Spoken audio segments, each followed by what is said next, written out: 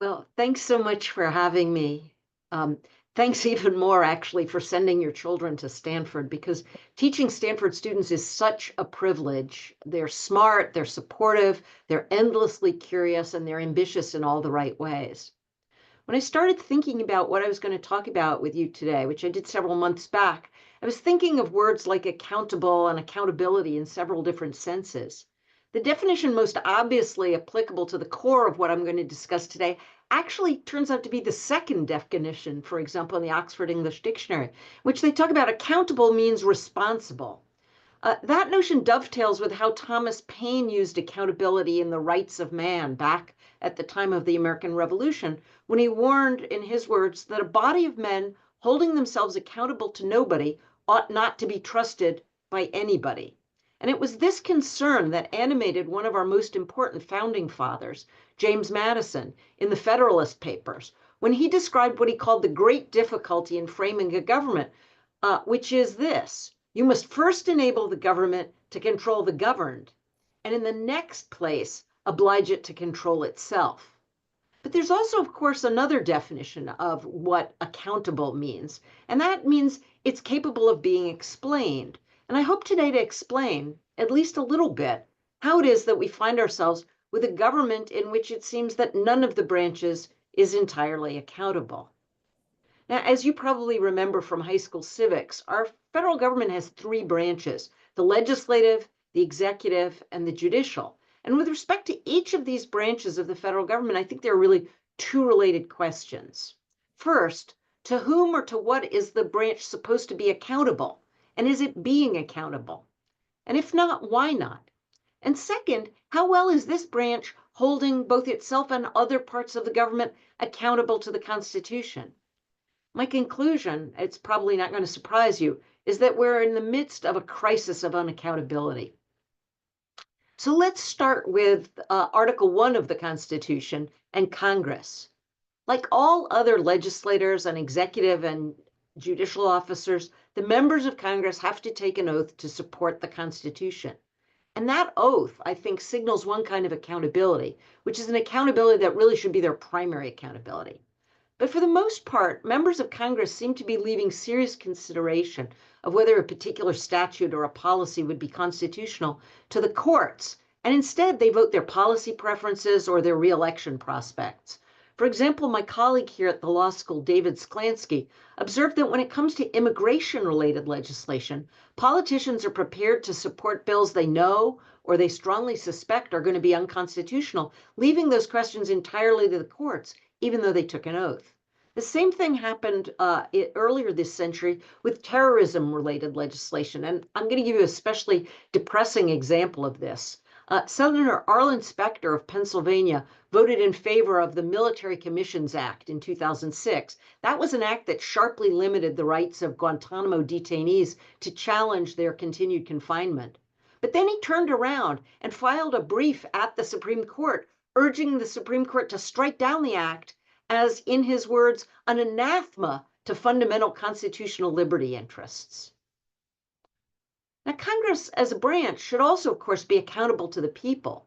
Our government, in James Madison's words, derives all its powers, directly or indirectly, from the great body of the people. But Congress is falling far short of this form of accountability in a number of important ways. With respect to the House of Representatives, which was originally the part of our government expected to be most accountable to the people, gerrymandering and safe districting are endemic. These practices both reflect and they exacerbate a profound shift in our electorate itself. Over the past few decades, America's population has undergone what Bill Bishop calls a big sort and what Alan Abramowitz calls a great alignment.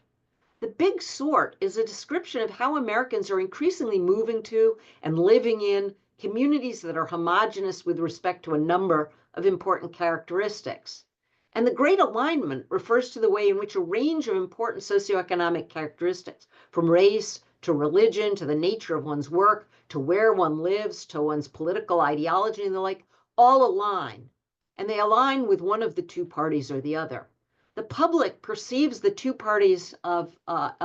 major political parties in the United States as ideologically further apart than respondents in any other wealthy democracy perceived their major parties. And the public now thinks of this division as existential, with the other party as a profound threat to everything they hold dear. And here I'll give you my favorite statistic, which actually involves parents.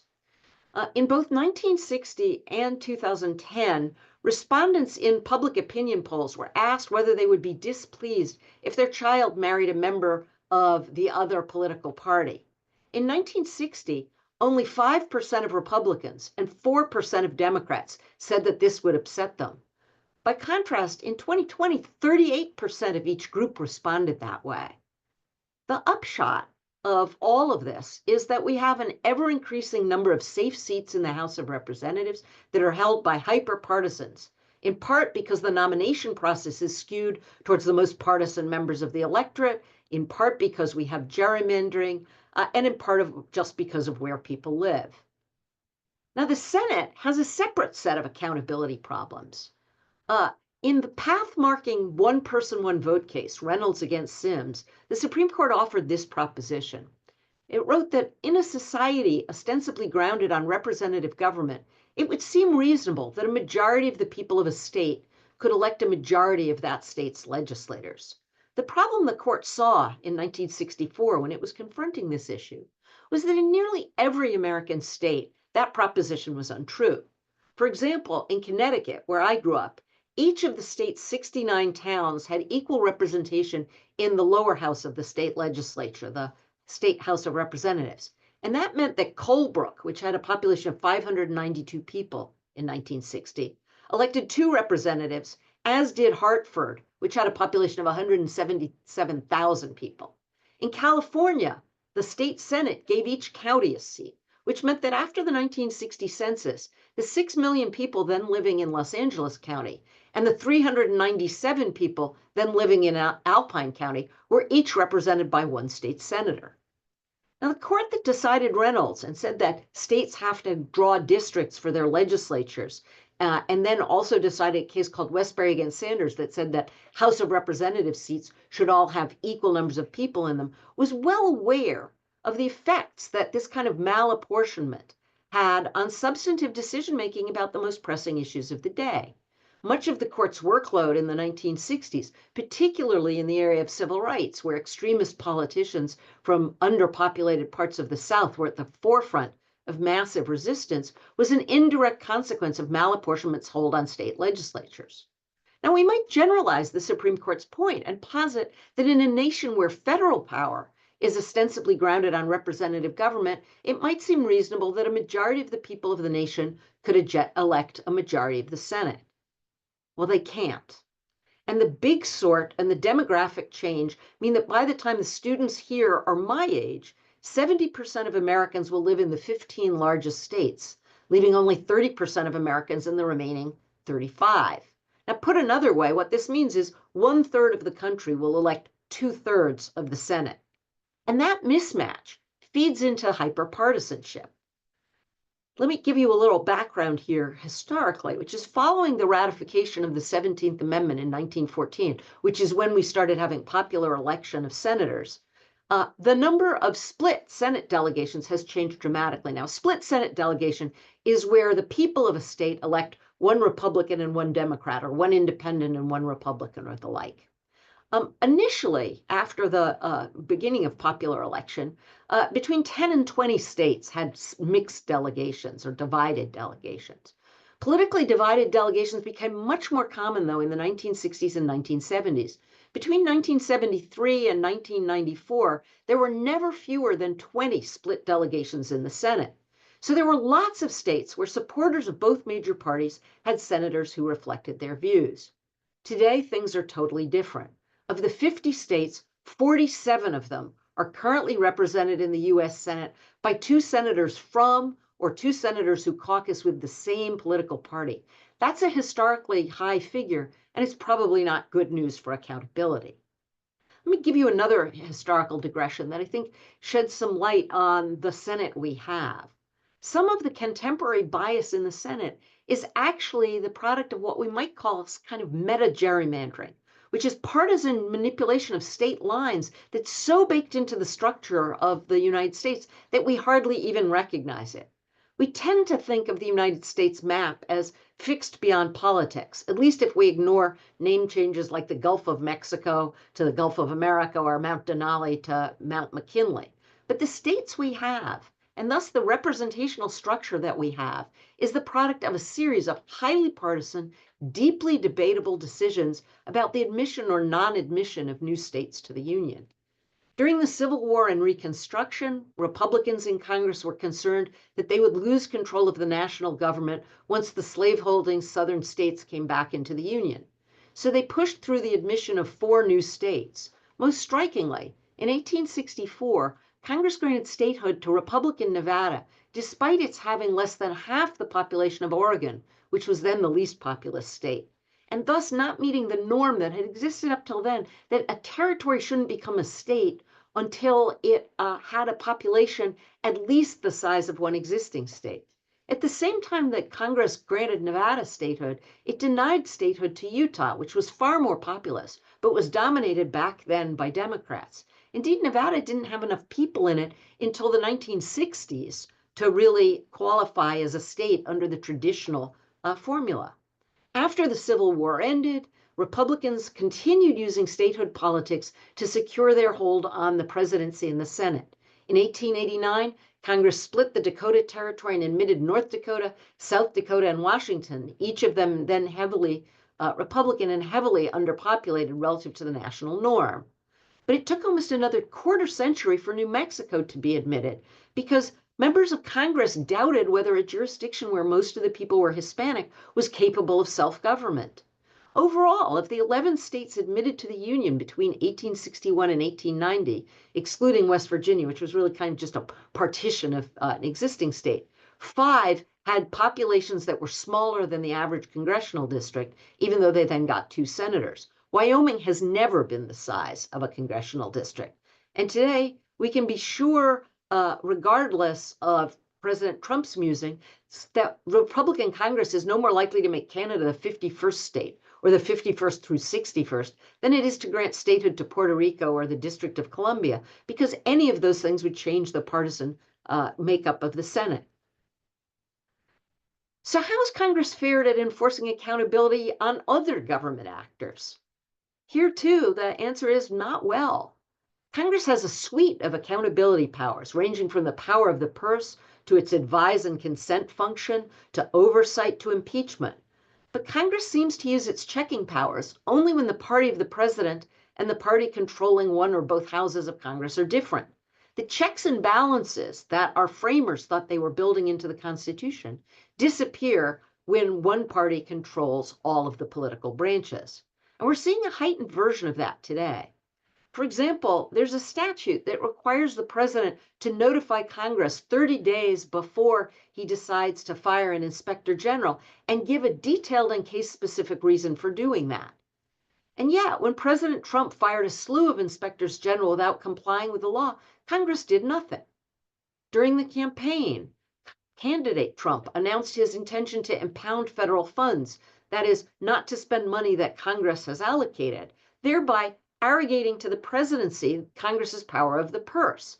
When his nominee to head the powerful Office of Management and Budget testified under oath that the president ran on the notion that the Impoundment Control Act is unconstitutional, there were crickets, while the Senate voted to confirm him.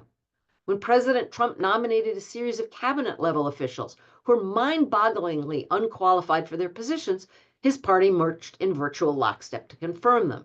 This lockstep is a product, in part, of a president's possession of a credible threat to primary people out of office, itself a consequence of the polarization I've already discussed, and of a campaign finance system that pressures legislators to be more accountable to out-of-district big political spenders than to their own constituents.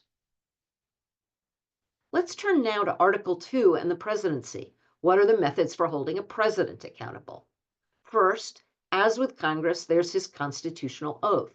But that oath matters only to a president who takes the oath seriously. Article 2 vests the executive power of the United States in the president, the legislative and judicial powers having been vested elsewhere. and it requires the president, in the words of the Constitution, to take care that the laws be faithfully executed.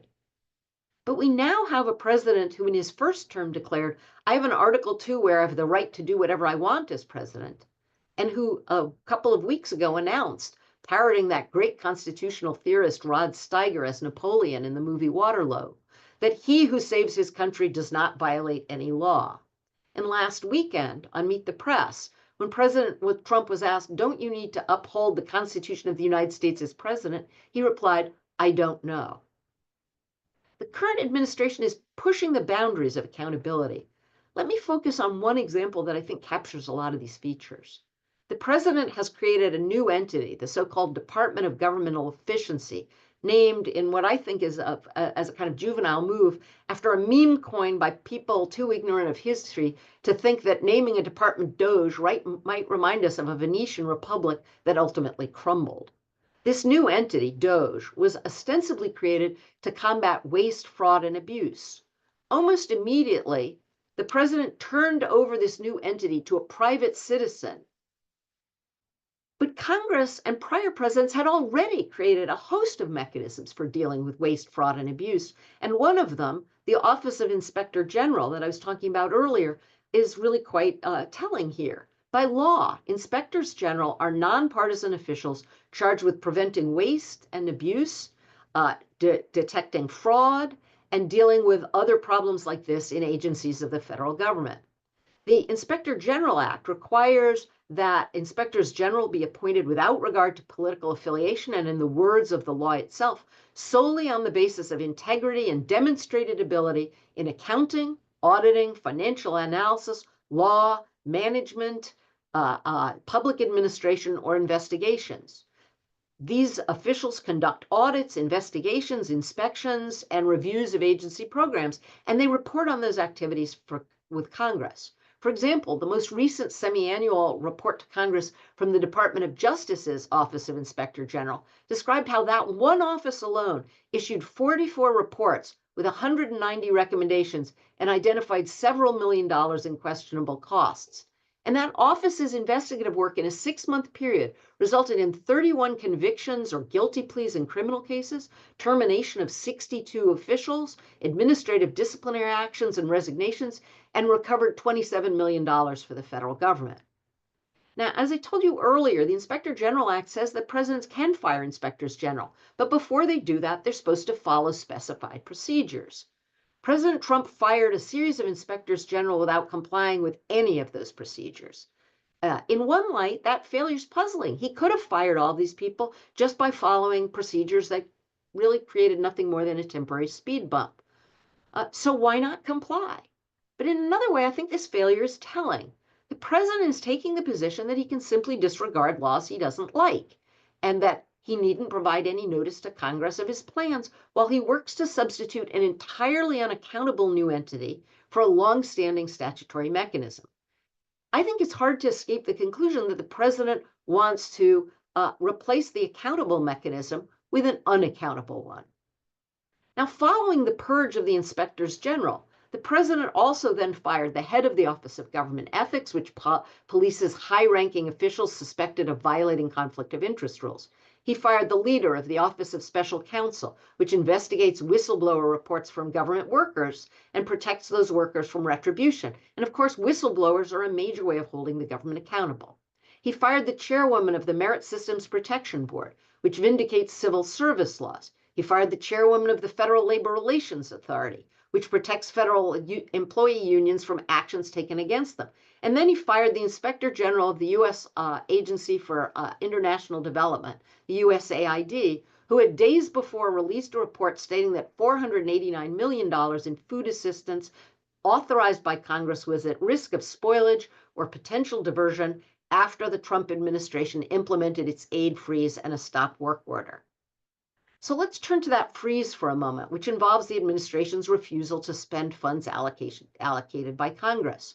Initially, the Office of Management and Budget issued an order to temporarily pause all activities regarding federal assistance.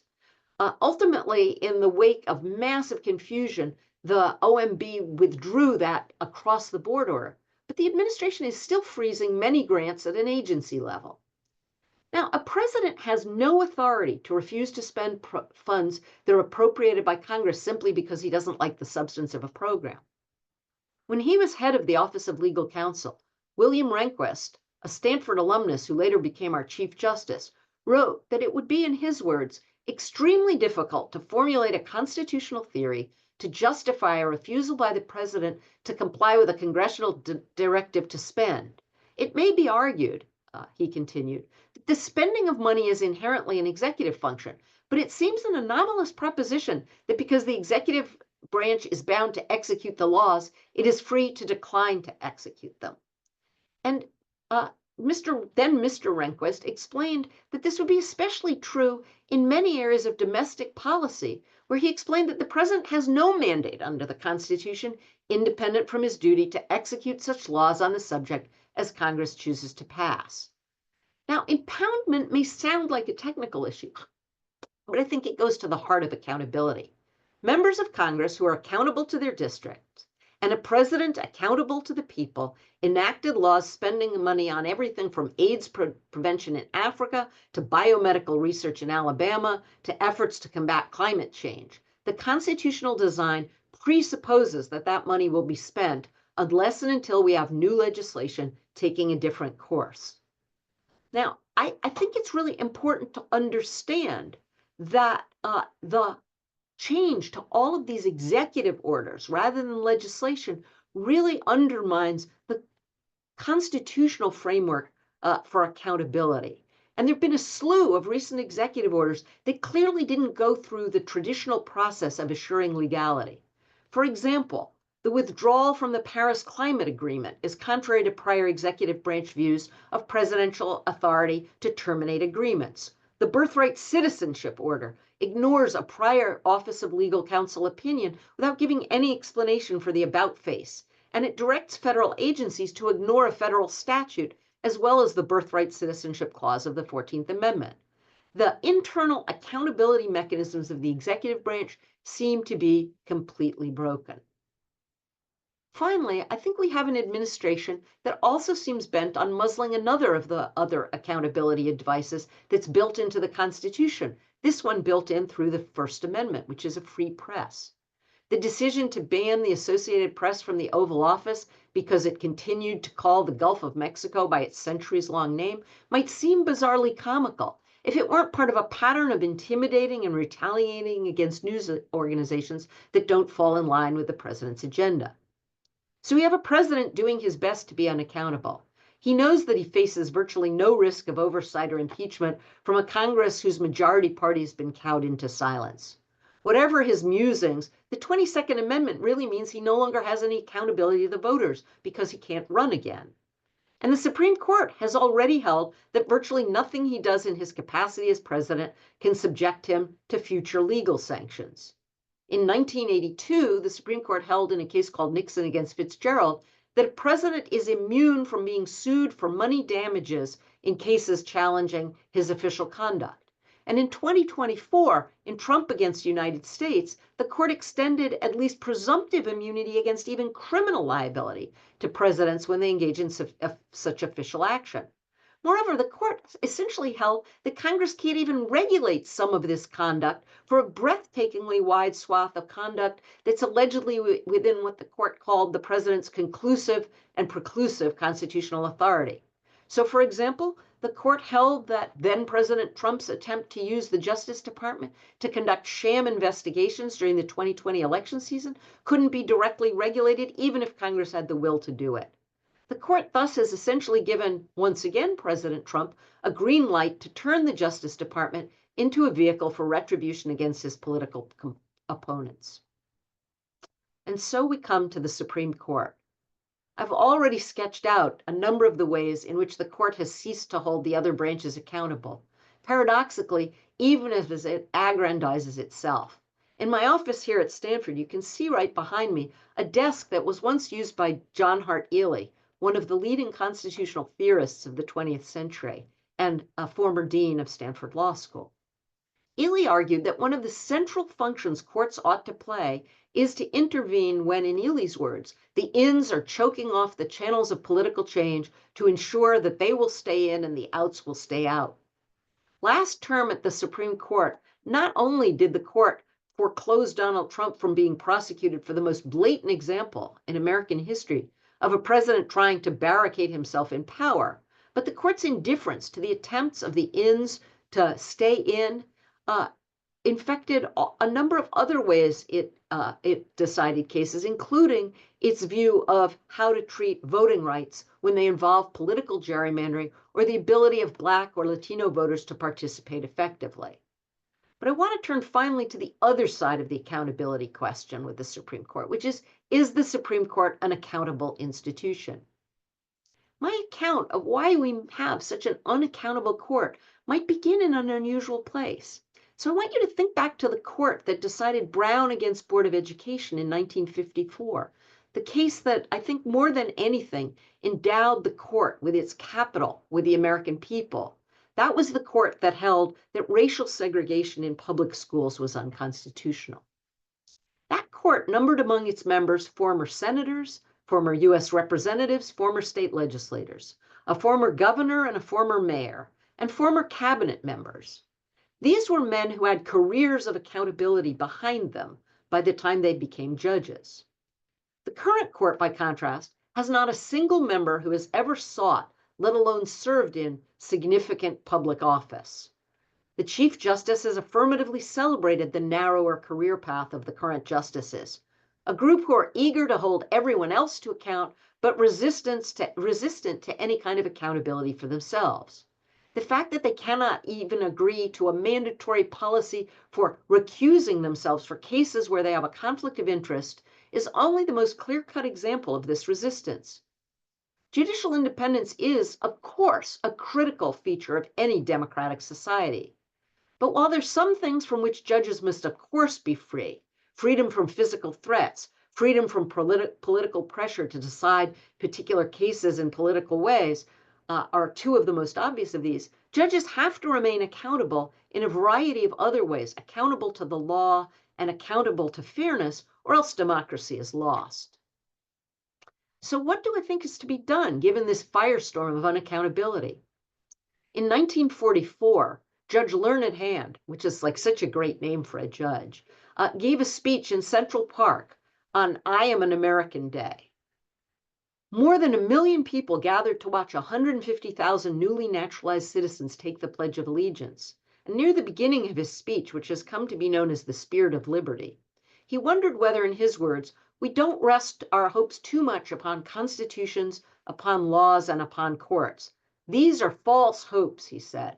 Believe me, these are false hopes. Liberty lies in the hearts of men and women. When it dies there, no constitution, no law, no court can even do much to help it. And then he asked, what is this liberty that has to lie in the hearts of men and women?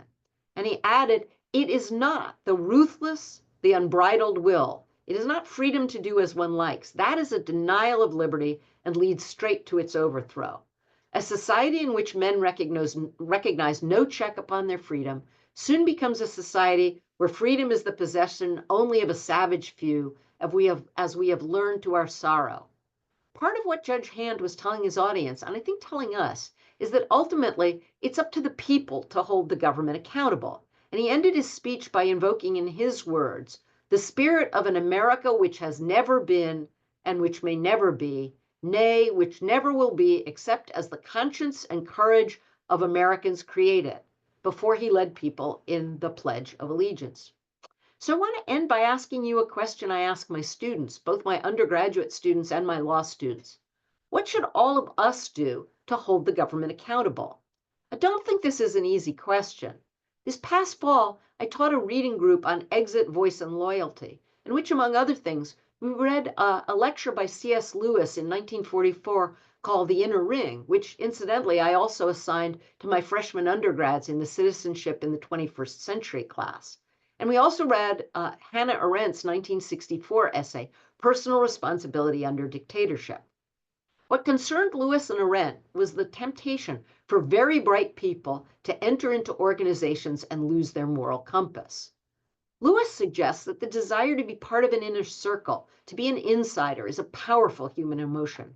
And he warns us that unless we take measures to prevent it, this desire will become one of the chief motives of your life from the first day on which you enter your profession until the day when you are too old to care.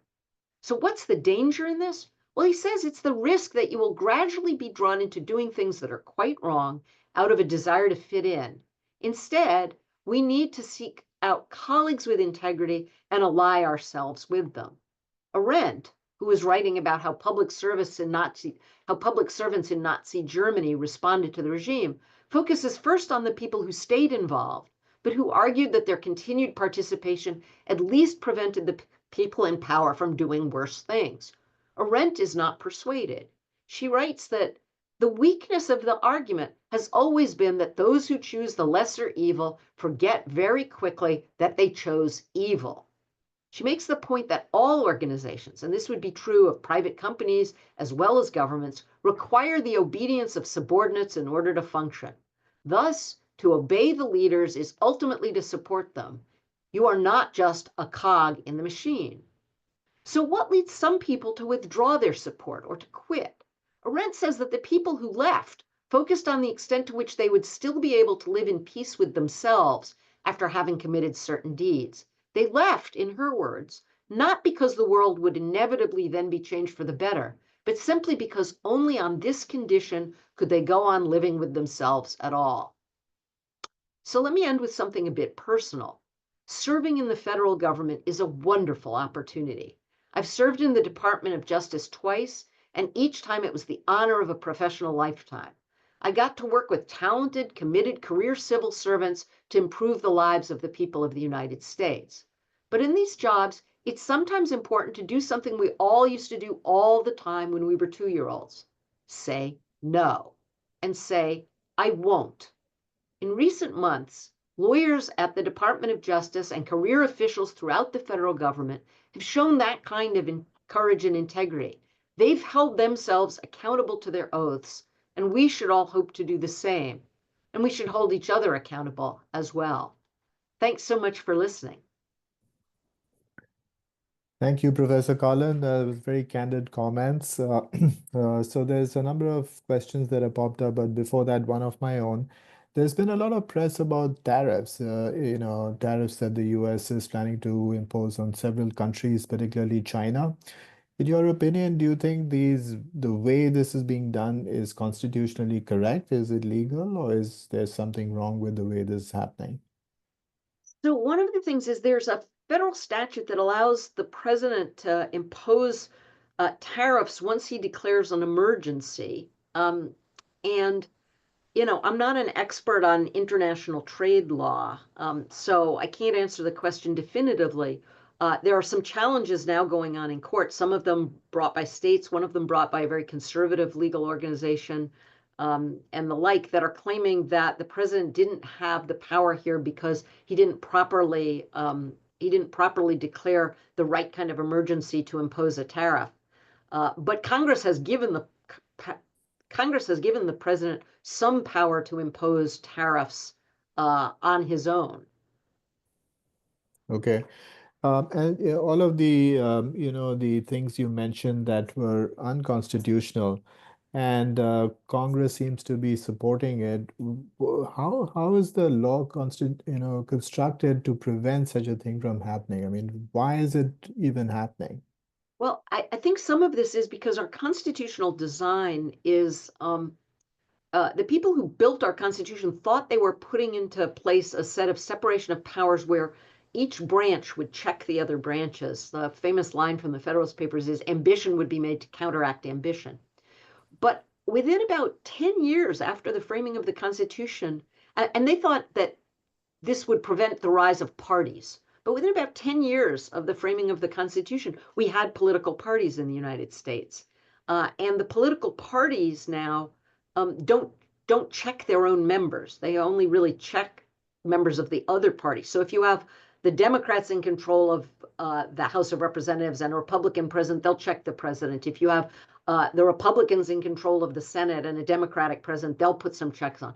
But when the party of Congress and the party of the president are the same, our Constitution doesn't do a great job of having the political branches check one another. Right. So, a question on the executive orders that we are reading so much about. Is there a way to stop these things? So there isn't a way to stop executive orders in the abstract, because executive orders are simply directives from the president to the members of the executive branch of how they should carry out the law. And we have thousands, tens of thousands of these orders.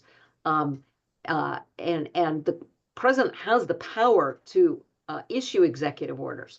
But there are two limits on this, one of which he's blown past entirely, which is that there's actually a regulation that says that before the president issues an executive order, the Office of Legal Counsel at the Department of Justice is supposed to review the executive order to make sure it comports with the law.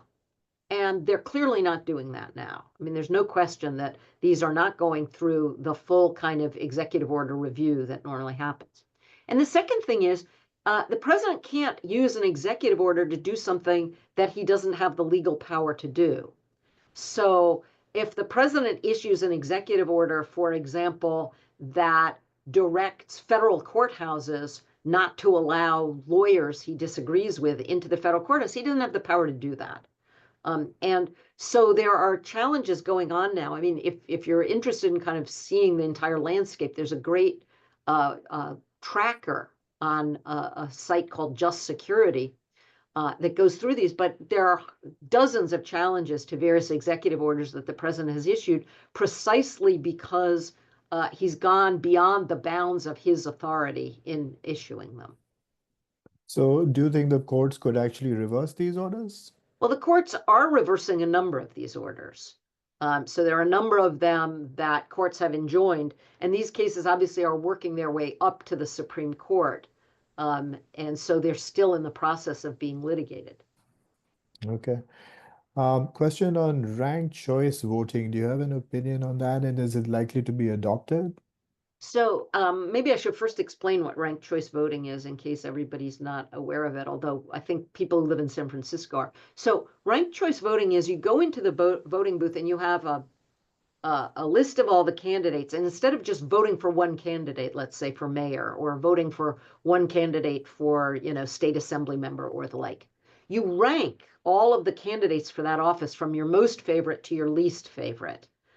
And then using a variety of complicated formulas, they determine the winner. So if one person gets a majority of the first place votes, they're automatically the winner. But a lot of times, nobody will get a majority of the first place votes. And so then what they do is they redistribute second place votes and the like, so that they can figure out essentially who's the candidate who's most acceptable to a broad number of people at the end of the day. And so the thing about this is that it tends to, in many places, although not everywhere, lead to more moderate candidates being elected. Because in the first round, if you think about it, kind of what happens is people all vote for very different candidates and they're splintered, but there'll be a lot of people who have, although they're not somebody's first choice, there'll be a lot of people's second choice.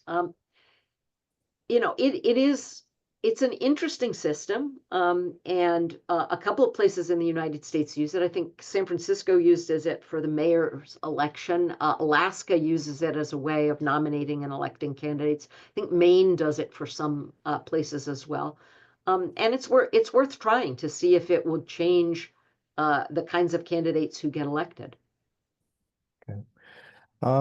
Question from John Mannion, who is an alum and a parent. He says, deeply concerned about the erosion of fundamental truth as a society. Can you comment about how unaccountable people use their flexible version of the truth to warp the sense of accountability they hold? Yeah, so, if you go back to most of the 20th century, people got their news from a relatively small range of sources that people shared. So most people got their news, for example, their national news from the national networks. or from one of a very small number of magazines or newspapers. And now that information ecosystem has fractured entirely.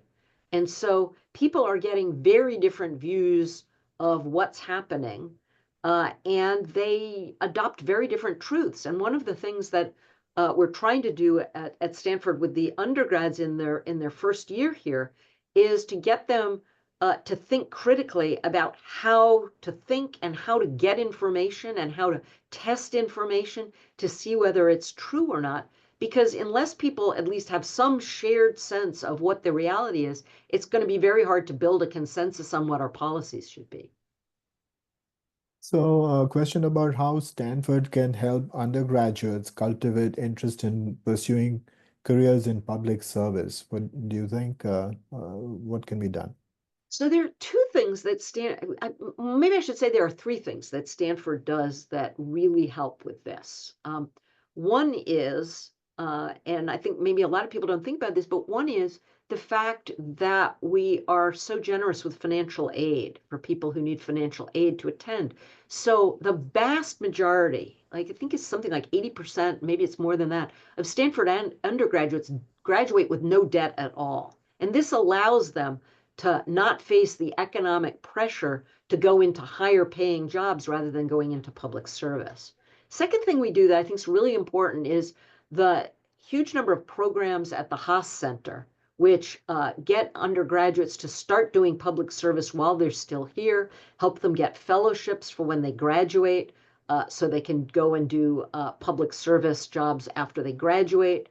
There's a public service theme house dorm, and they do a lot of programming there as well. And then the third thing is we have a curriculum that's designed to equip them in a bunch of different and important ways for public service. I mean, obviously there are all of the skills that you need for various kinds of policy jobs, but the other thing is the new sort of program that is being developed for the freshman year, where they take a course in the fall called Why College that's about what the liberal arts are about. But then in the winter, they take this course, Citizenship in the 21st Century. That's a course that's taught in small sections. There are 84 sections. Lots of us teach it. I teach a section. The dean of the medical school teaches a section. A number of engineering professors teach sections and the like. And that course is designed to get them to think critically about the responsibilities of citizenship, one of which is public service. And I think that that inspires a number of them to think more about public service than perhaps they had when they arrived. Yeah, thank you. Interesting question from our board member, David Kim. He says, if the founding fathers had to rewrite the US Constitution, particularly the balancing of powers, what major changes do you think they might make? So that's a hard question because I think there are two different things going on there. If you ask what would the founding fathers do, they'd be horrified by everything they see. So I mean, I think having better accountability mechanisms would be one thing. I think having a Senate that's as out of whack with the overall composition of the country is deeply problematic. I think that they might do things to prevent the kind of gerrymandering that we have. We don't, unlike a lot of other countries, there's a lot of people have been talking recently about some scholars' work that show that if 3.5% of the people in a country start demonstrating in the streets, you get changes in a regime. And that's true in a country where you can have regime change. But we actually, because of our fixed election cycle, you can't essentially get rid of a president if people lose confidence in him. So they might think about that as well. They might think about having different mechanisms for getting the constitutionality of laws determined more quickly. So there are a lot of things we would probably do differently if we were starting from scratch. Right. Do you think the Senate representation can change? Do you think it's still possible to have that changed? No, it's actually even worse than that, which is the Constitution has a provision in it for amending the Constitution, and we've amended the Constitution 27 times since its framing. And a number of those amendments are incredibly important. For example, the income tax amendment, the amendment that abolishes slavery, the amendment that gave the right to vote to women. So we've had really important amendments to the Constitution. But in the Constitution itself, it says the one thing that, well, originally it said there were two things that couldn't be amended ever.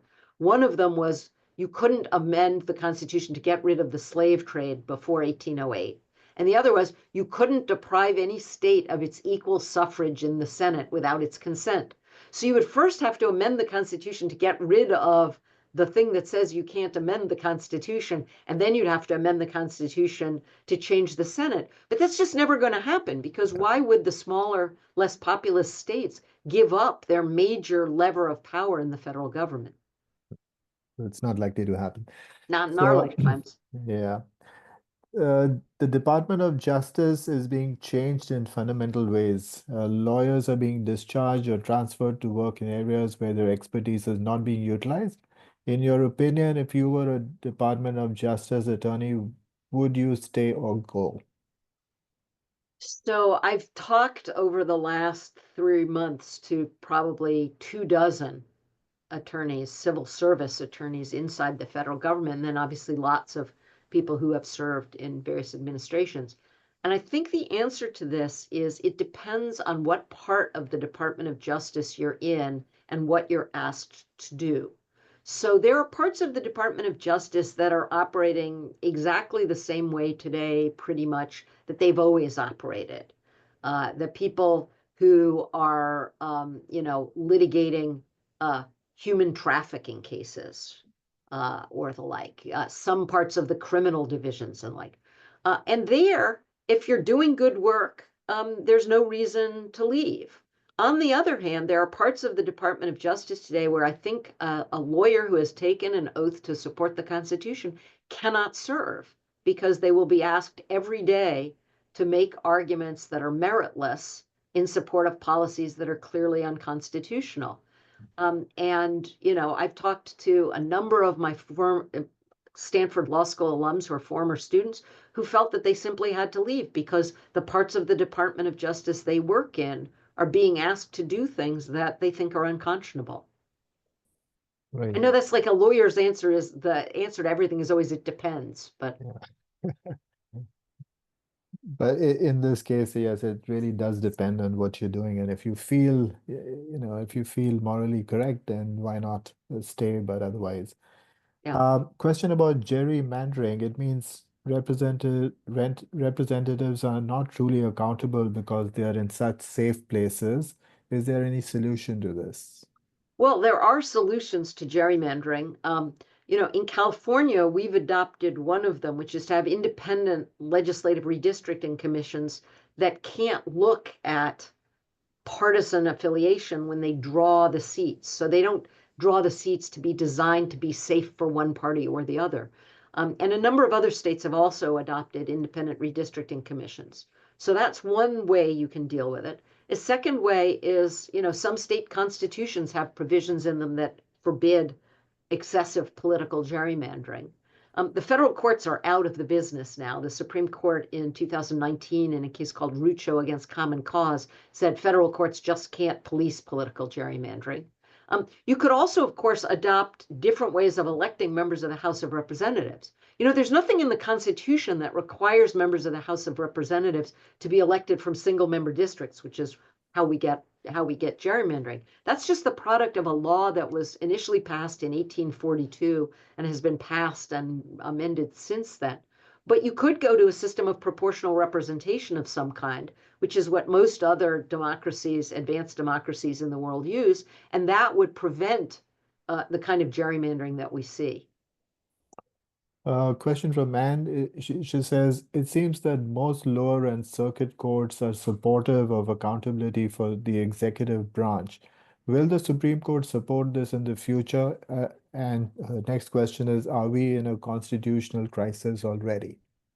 So the answer to is the Supreme Court going to, police this is I certainly hope so. And there's some areas of law where I think they will. There's some areas of law, though, where the Supreme Court has its own agenda of increasing executive power at the expense of congressional power. And there, I wouldn't have the same degree of faith that the Supreme Court is going to push back. What was the second part of the question? Because Are that's, we in a constitutional crisis oh yeah. already? So I don't really know what it means to say constitutional crisis. I think we are having a crisis in the sense that we have a president who I think is relatively indifferent to what the Constitution commands and what the Constitution demands of him. Um, whether that's a crisis of the whether that's a constitutional crisis or something else. I think when a lot of people think of a constitutional crisis as if the courts tell him not to do something and he does it anyway, that's the crisis. But I actually think that the problem is before that. It's in doing the thing in the first place and daring the courts to tell him he can't. Right. So it's a crisis of accountability more than a constitutional Yeah, crisis. yeah. Uh, Question about AI. Everybody is talking about AI in the area of law and practice. Do you think there is any impact right now, or is it likely to happen? So there's a huge, AI is having a huge impact on law and on legal practice. And actually, Stanford has an entire human-centered AI center, and one of the kind of co-directors of that is my colleague Dan Ho, who is an expert on AI stuff. And I'll give you just a couple of examples of how AI can change legal practice. One of the things is that AI, like some of the earlier things done with computers, has changed the way that parties get information from one another. You can use AI, artificial intelligence, to go through reams and reams and reams of documents and find what you're looking for in a way that used to require armies of young associate lawyers to look through them. That's not how it's done anymore. It's done through various AI-related things. A second way that AI can change law pretty dramatically, or at least affects law pretty dramatically, I'll give you an example of, which is a lot of advertising now uses machine learning and various forms of AI to figure out if you are on various social media, which ads you're going to see and which ads you're not going to see. And this raises questions when you deal with things like ads for housing, where the Fair Housing Act forbids racial discrimination. Well, the way that AI figures out which ads to send to you looks at thousands of pieces of data about you that have been collected by all of the sites that you look at on the web or how fast you click on other particular ads or like. And it's really hard to figure out how a law that prohibits purposeful discrimination operates in a world in which the discrimination is not being done by individuals with conscious minds anymore. It's being done by iterative large language models that are looking at huge amounts of data that you've shoved into them. And one of the things that my colleague Dan Ho has been writing about a lot, which is really interesting, is at least at this point, AI often engages in what he calls legal hallucinations, which is it just makes up cases that aren't there or misreads doctrines in the law. And until it improves some, I think people have to be really vigilant about how they use AI in legal Yeah. practice. Yeah. Yeah, you made a comment earlier in your presentation about some survey about parents who said that would they be displeased if their Yeah, child married the opposite somebody with the opposite party? And you said there was a big change between, I think you said 1960 to 2010, yeah, and from 5% to 38%. yeah. What do you think has caused such a big shift? I think what's caused the big shift is that the parties used to overlap. In the mid 20th century, there was, if you sort of graphed the parties from like their leftmost member to their rightmost member in Congress, let's say, you would have had a kind of bell curve for each party. So yes, the most liberal Democrats were more liberal than the most liberal Republicans, and the most conservative Republicans might well have been more conservative than the most conservative Democrats. But there was a huge overlap between the parties. So, Okay. if you think about what used to be called Rockefeller Republicans, Republicans in the Northeast or Republicans in the upper Midwest, like my former boss, Harry Blackman, they were relatively liberal on social issues. They might be relatively conservative on fiscal issues. Then you had a large part of the Democratic Party particularly in the South, that was very conservative on social issues. Um, and so the two parties overlapped. So you could Right. easily imagine somebody from the other party sharing most of your views. By 2004, I think it was, I think I'm getting the date right, but the political scientists who look at these kind of bell curves said that the two parties had split entirely in Congress. That is, the most liberal Republican in Congress was more conservative overall than the most conservative Democrat in Congress, right? So if the two parties are like this, you're going to see people in the other Yeah. party as very far away from you. Whereas if the two parties are kind of like this, you're going to say, whether the person, whether my child's, boyfriend or Right. girlfriend is a Republican, not a Democrat, is kind of like whether they're a White Sox fan rather than a Cubs fan, or whether they like, whether they like the Beatles more than they like the Rolling Stones. It's not like that significant a piece of their identity. Understood. Well, thank you, Professor Karlan, for your very insightful and candid comments today, Oh, and thank you for taking the time to talk to our parents. I yeah. have Thank you. some Thank you so much for having me. I have some good news for you. You have just earned yourself 2 bottles of our very famous Stanford Parents Club jam, apricot jam, Oh, which I I look I will look forward to that. I will use it with the uh almond butter from the California Avenue Farmers Market.